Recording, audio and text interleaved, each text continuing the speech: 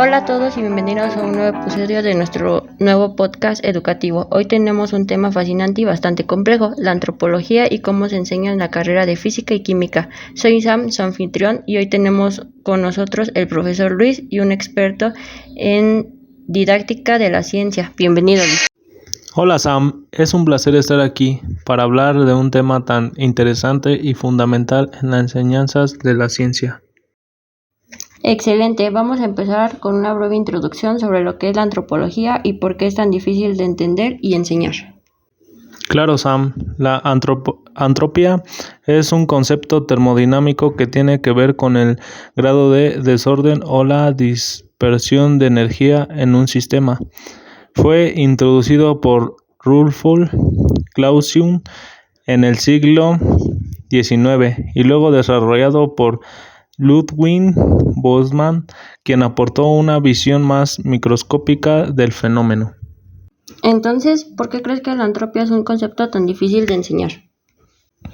Pues hay varias razones. Primero, la entropía tiene tanto una interpretación macroscópica como microscópica, lo que puede ser confuso. Además, muchas veces se presentan en los textos y en las clases sin una explicación clara, simplemente como una fórmula o un principio abstracto. Eso suena complicado. ¿Cómo abordan los profesores este tema en su clase? Para entender cómo los profesores explican y trabajan la entropía, se realizó una serie de entrevistas con docentes de las dos facultades de la UNAM, la Facultad de Química y la Facultad de Ciencias. Entrevistamos a 12 profesores con al menos 15 años de experiencia docente. Los resultados mostraron varias dificultades en la enseñanza del concepto. ¿Y qué encontraron en estas entrevistas?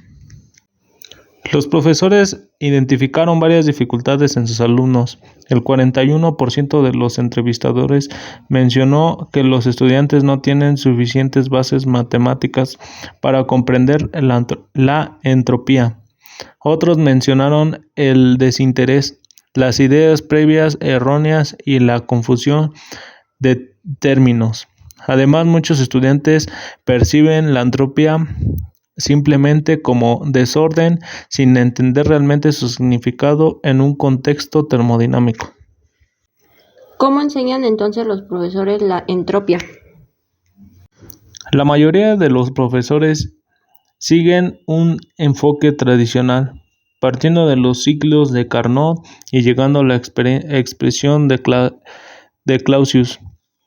Sin embargo, pocos hacen referencia a la interpretación de Clausius sobre la transformabilidad de energía o la perspectiva microscópica de Boltzmann.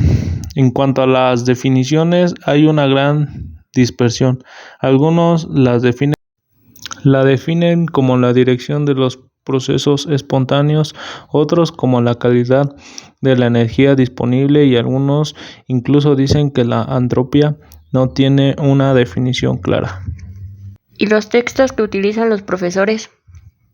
Los libros de texto también presentan problemas, muchos son ambiguos y no explican claramente la relación entre el desorden y la entropía. Además, no integran el desarrollo histórico ni las nuevas propuestas sobre el concepto. Esto refuerza la enseñanza centrada en la resolución de problemas sin profundizar el significado físico de la entropía. Mencionaste también el uso de la historia en la enseñanza. ¿Qué papel juega esto?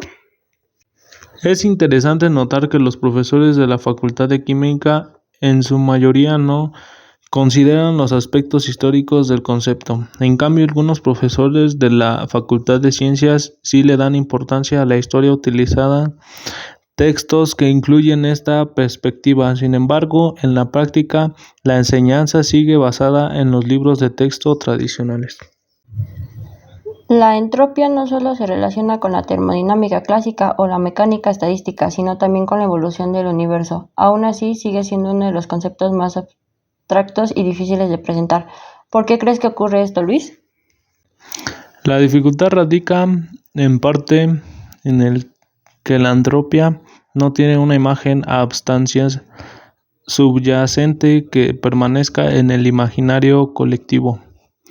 Esto se observa en el desarrollo del Boltzmann, quien formuló su propuesta de entropía a partir de las semejanzas en el comportamiento matemático de los logaritmos y las propiedades aditivas y multiplicativas de sus expresiones para los estados probables de los arreglos de partículas.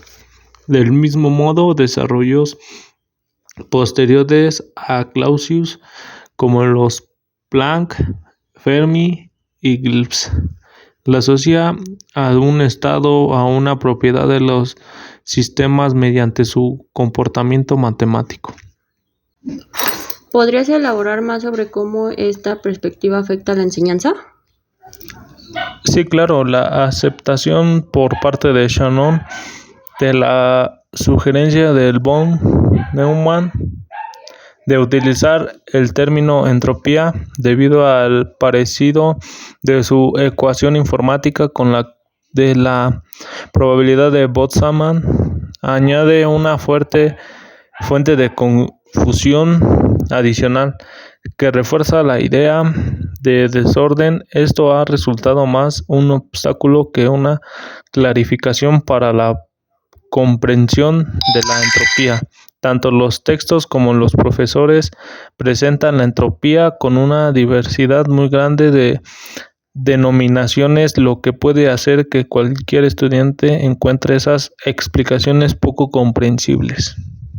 Entonces, ¿qué podemos hacer para mejorar la comprensión de la entropía?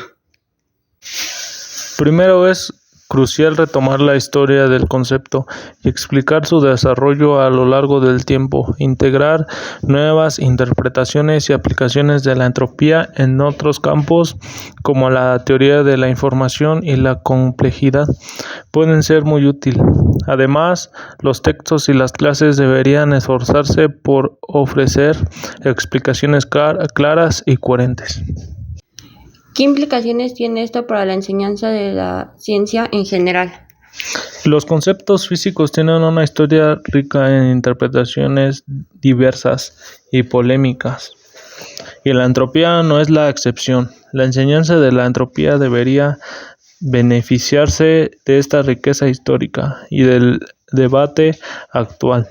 Los estudiantes deberían conocer este desarrollo no para adherirse a uno específico, sino para aplicar su comprensión de cómo se desarrollan los conceptos científicos. Esto puede ayudarles a comprender mejor que los conocimientos científicos no son permanentes y a valorar la importancia de la historia de la ciencia en su aprendizaje.